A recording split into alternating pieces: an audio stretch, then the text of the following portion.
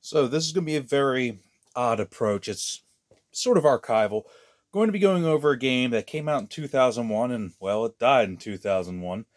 It's called ZG. Let's see if I can get that in shot. There. Now, you're looking at these and you would be correct. These are in fact action figures, and I will state that these stands are not included. They're action figure stands. What these were is essentially a toy game hybrid. I believe this started the customizable action figure collectible game. Almost no game in this genre really worked out because the problem is it has to find the marketplace. Now, these were available, if memory serves, because it was almost 20 years ago at this point, they were available in KB, and each of these figures is fully posable. There are 14 points of articulation. All of the gear and everything is removable. Let's see if I can get this stuff off. No, and these are not brittle. I will absolutely say these figures aren't brittle. It's more I'm just trying to do it and not. It's that soft plastic. It's sort of bendable. The figures have, like I said, 14 points of articulation. They have arm mounts, arm mount pegs right there. Put this guy a little bit back together. The pieces are all interchangeable, and there are 3 sets. As you can see, there's a blue, a green, and a red. The names don't really mean much. The game itself was designed by the same person that did Vampire Masquerade and was one of the co-founders of White Wolf RPG. So you're looking at a game that probably seems more complicated than it needed to be, but at the same time, now that we're, sitting around in almost 2020, it's something that I wouldn't say overlooked. It's just something I think can still be appreciated in one way or the other. These figures, and they actually use them in game. With the 14 points of articulation, you can see this one's kneeling. Obviously, you don't actually put a figure up in the air. That's just for showmanship. The figures actually assume stances, and that can change how things are done. There's an attack stance, defensive stance, lying prone, being knocked down. There's a lot to be unpacked. Now, the rules themselves, I will try to get this in frame, are on a fold-out pamphlet for scale. Front side is basically the how to play right away out of the box.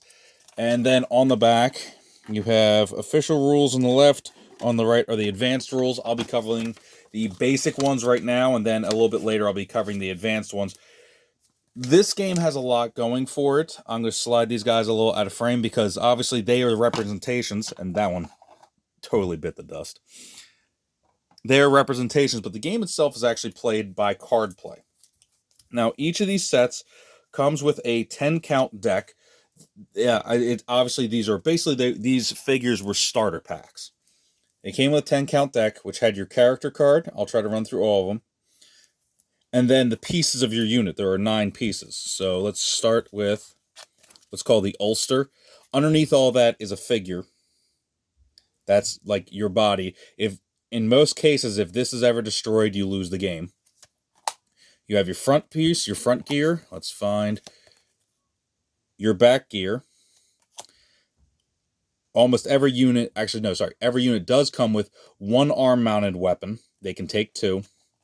You have a left foot gear and a right foot gear. I'll explain what all the terminology means. Here is, some of them do have a second arm-mounted weapon. Blue and green have a second arm-mounted piece. A hand weapon, and a headgear.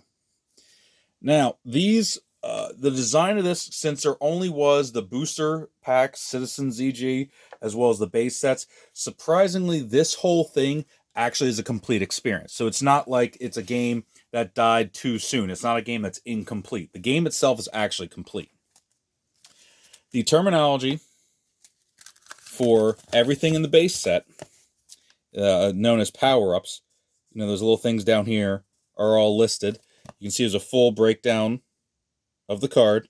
It tells you everything. Many of the symbols, for example, this yellow plus sign for load, that's handled by the expansion.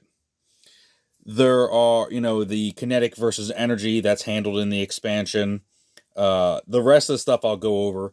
and kind of get there. But as a whole, this game, like I said, this game is absolutely completed. So, for example, we'll look at the green one has the ability to retest a ranged weapon.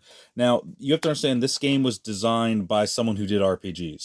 So some of the language is literal, and unfortunately some of the language is also not I won't say inaccurate. It's just had inconsistencies. That's the word I'm looking for. So for the blue one, we have this guy. He deals with zone attacks, and we'll go over what zone attacks are in a moment. You see that there's differences in the foot gear. The shotgun here is what a zone is. You actually lay that out in cards. So if this guy was firing a zone weapon, you would lay it out in the pattern shown. So it's gonna be 1, 2, 2, 3. It would be something like that going towards the camera. As you can see, it would just sort of fan out. So there are no dice. Everything is measured in card distances, even terrain, and this game also kind of lets you use terrain. So let's say I take a box here for a second. This would be a 2 by 1. So in the game terms, it would be called a mass 2, a 2 by 1. So again, you can make your own terrain. Things are measured. You actually do get height advantages. So if someone's up high, someone's down low, there's a height advantage. There are cover advantages. So for example, if this guy's hiding this way, you can only shoot what you can see. So you can only hit the head gear. You can hit the front gear, the back gear. You can't hit, the handgun. You can't hit the right foot. They covered so much, and it is, I will say, it is very overwhelming at first. But if you're familiar with some of the affordable tabletop games, such as Mage Knight, Hero Clicks, this came out in 2001, so we were already in the Mage Knight era. We already, knew what we were doing as far as that goes. The Loading Claw has the ability to grapple. Like I said, the shotgun has a zone attack. The Ion Pulse gear, a straight shot, 8 laser. The headgear, this has an ability for scan. This has reflex. This, the Magna Beam part, allows you to actually move your opponent. And if you remember from green to blue, these are different abilities. Almost all of them have the ZG. And ZG is a title sake. It stands for zero gravity, but there's a lot of inconsistencies, like there's like Ziggy gear or something like that. The branding wasn't in place yet. But ZG effectively, if you think about these as, like low atmosphere combatants, like if you were to imagine an arena fight on the moon, that's pretty much what we're looking at. So let's go over, I'll put that there just so I can kind of go over what we're looking at. So the character card, it gives you 2 abilities. Bring that up a little bit closer. Hero, it lets you save a Z gear from being slagged. Slagged means destroyed. You're almost always going to use that on your ulster, because if the ulster goes, you lose. You also lose if you go below 3 parts in your deck. And I'll go over what all that means. So, on your turn, you would take your starter deck. You actually don't shuffle. Well, you will shuffle, but you're going to find the 3 cards that are going to be in your hand. So let's say I choose these 3. I'm then going to arrange them from the blue number, the impulse number, from high to low, and I read that number off. So my impulse right here will be 211. Now, there are other ones you'll see, like this one has an impulse value of 6. So if someone read off their number and said 643, they're going to go first. Now, this is not only a 2-player game, so in multiplayer, team or otherwise, you are going to establish an actual turn order. That's really cool. Now, once you have those, your hand, they're going to be face down in front of you, and you then choose their order that you're going to do things. Things in your hand typically cannot be attacked. So, for example, if you wanted to keep your ulster, your body safe, you might put that in your hand if you're getting low and be like, hey, it's harder to hit me. Well, you can't just shield it that way. You have stuff. Do we have a reflex? Yes, we have a reflex. This has the reflex ability. Some of these cards can be discarded. So if this was in my 3-card hand, I could discard my reflex, this card with reflex. It doubles the impulse number, so I would be 10-1-1. Obviously, I'll win. But then the next attack I do can hit their hand. And it will be, a card at random, whatever. So there's almost the entire metagame, rock, paper, scissors is back and forth. That's just really cool. You have, once you choose to play a card, you resolve their move. Done in cards. It does not need to be straight. It can be, there we go. It can be curved, off to the side. That part's really good. And then the attack, the red, which is not damage, it's range. So this one can fire up to 4 away. That one can fire up to 8, hence the zone weapon thing. That can fire up to a range of 5. It's a mining laser headgear. But you'll see zeros. Well, how does zeros work? It is an actual touch game. So with my guy, say, right here, if I can get my guy here, and it has, say, the foot gear. I played a foot gear. I would just try to measure, hey, can I get the guy? Yes, I can hit him with my foot gear. So you have to kind of, I don't want to say suspend disbelief, but kind of come up with an agreement like, no, really, I'm in range, even though I'm a couple millimeters away, don't kind of cheat me out of that. That's why these collectible miniature games do have problems. If any of you remember Pirates of the Spanish Main, measuring, anytime you have to measure, we hit some problems. So, how do we attack? Let's go into that. That's actually kind of fun. So, if this is my attack card, I pick one side. For here, it's the triple blue. Here, red, green, red. And why I do that, from their deck, which would not have the character sits aside, I take the top card, unless there's something that says otherwise. I take it off. Let's say I'm attacking like this. I'm attacking with the blue. I actually spin the card. It lands, and we kind of adjust so that it lines up. We're now going to resolve the matching. So, the colors don't match. I have clearly missed. If I have no matches whatsoever, card goes away, my gear goes away, we're done. But, depending on the number of matches, if it had landed like this, I would have had 3 matches, and this thing would have not only been destroyed, but I would have gone one more time keeping this card. It basically means not only do I hit and I penetrate. And obviously, if I actually had done this and destroyed their ulster, the game would have been mine. But let's say, here, 1 match. 1 match is target lock.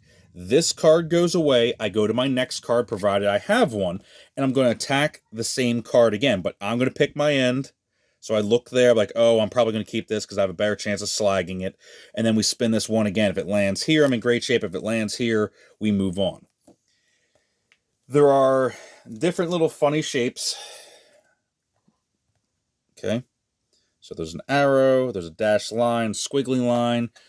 Green, I know, has an explosion. Let me find that explosion. Green one has that little asterisk. That's an explosion. The arrow is armor piercing. The dashed line is armor, so armor piercing beats armor. Explosion and armor piercing, if they line up with that wiggly line, that's actually weakness. If I hit there, it goes. If I hit there, even if the colors don't match, it goes.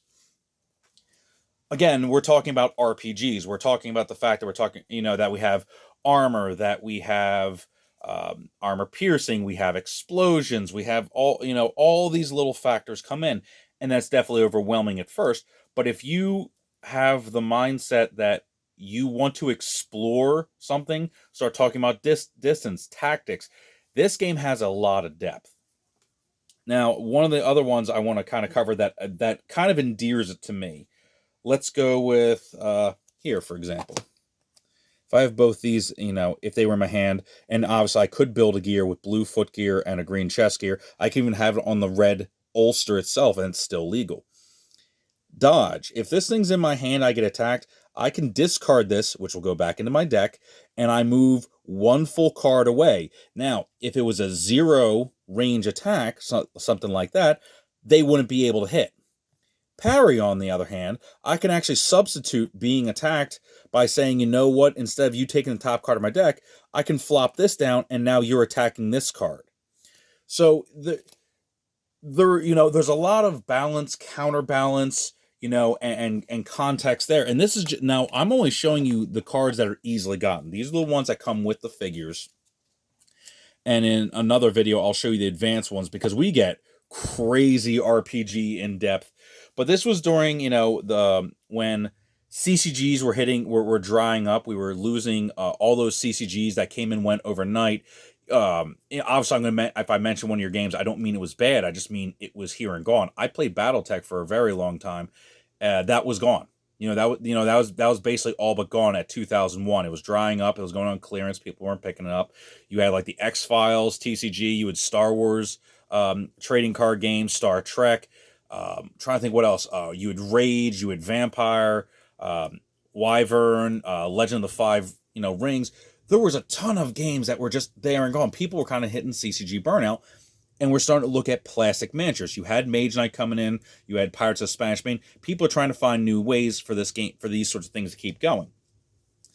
So I know I probably glazed over a few things. The big thing here is that there is a big rock, paper, scissors in just the base game. Example, the red one, the Vanguard Trooper, this guy, has a lot of parry. You have parry, which means that basically I can throw my buckler in the way and then I can fight you. It has, a prominence with the mono sword right here.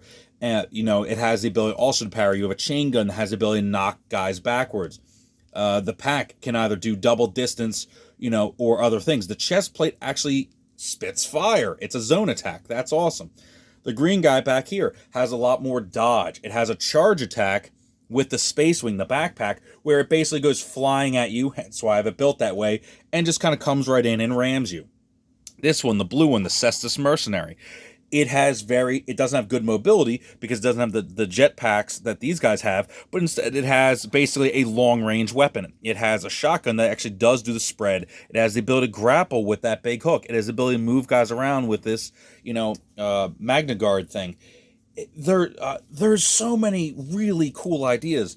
The red one, for example, it has aim and reflex.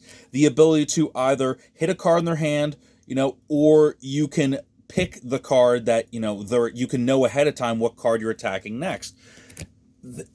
It really is a rock, paper, scissors meta. So this guy is, zone weapons get around. I can't remember if they get around dodge or parry. Either way, blue is going to beat red or green. This guy's hard to hit. This guy doesn't mind being in combat, but he's going to hit back. This one likes to fight at range and exclude itself, but it's really easy to maneuver around them. It has a very healthy, the actual term Rochambeau.